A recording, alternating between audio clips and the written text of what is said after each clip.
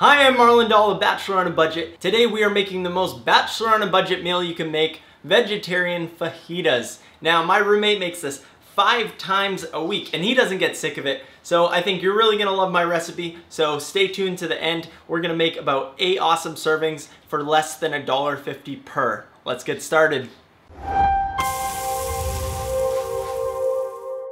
First, we wanna bring a large pan to medium high. I got the biggest, flattest one I have. Once that is nice and hot, we're gonna go in with a couple tablespoons of oil. You can use whatever kind of vegetable oil you have. Once that's nice and hot, I'm going in with 2 cups of onions. You can use red or white.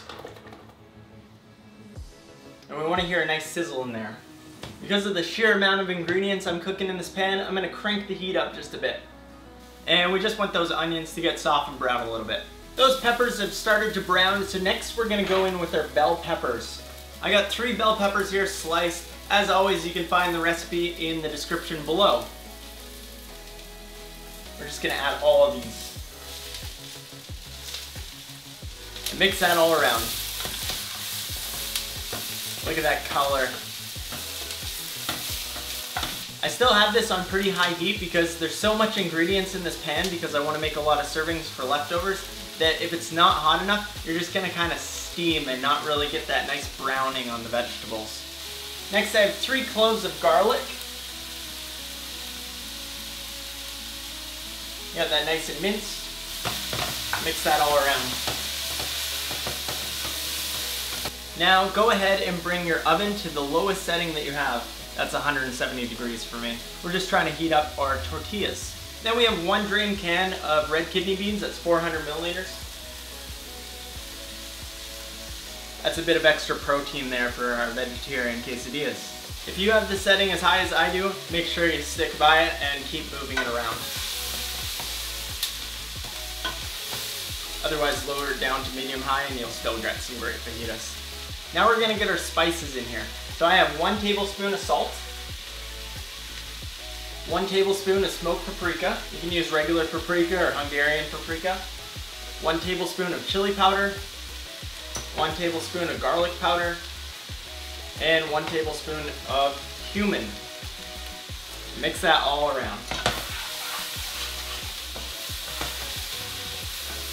And then I have about 6 mushrooms here chopped. It's about 2 cups.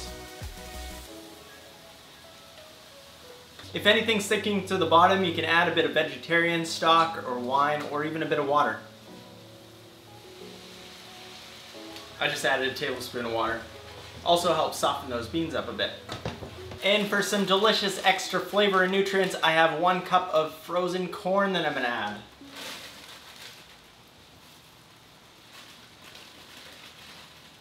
And don't worry about precise measurements. If you want to add 2 cups of corn, you totally can, or you can leave it out. It's up to you.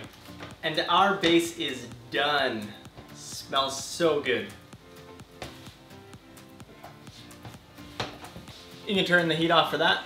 Now I've got more tortillas in some aluminum foil and we'll just stick that in the oven for about 10 minutes just to warm up.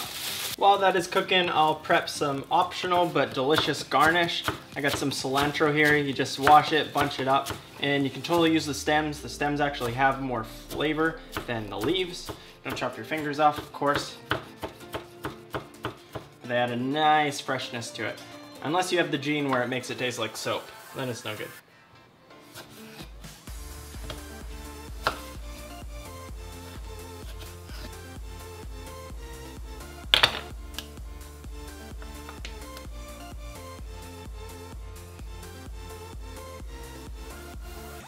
Our tortillas are done.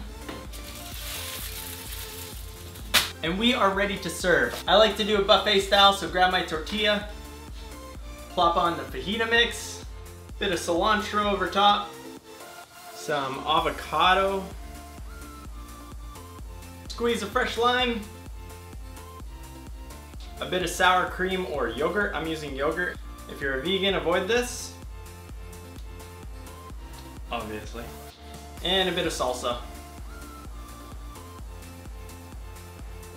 And we are done. Look at this delicious finished result. For under $1.50 per serving, these are solid. Can I get a designated plate holder over here? Thank you. Okay, take the sides and tuck them in, then the ends, roll it, and voila. Delicious. Mmm. Look at that deliciousness. Now, those garnishes weren't all necessary, but if you include those as well, I know it's a bit of extra work and a bit of extra cost, but you're gonna make the best fajita you've ever had in your life. Thank you guys for watching. Hope you like this one. Leave a comment down below and let me know what you want to see me make next. If this is your first time here, please hit that subscribe button and you'll get notified of new recipes. I make a new recipe every Tuesday. Thanks for watching.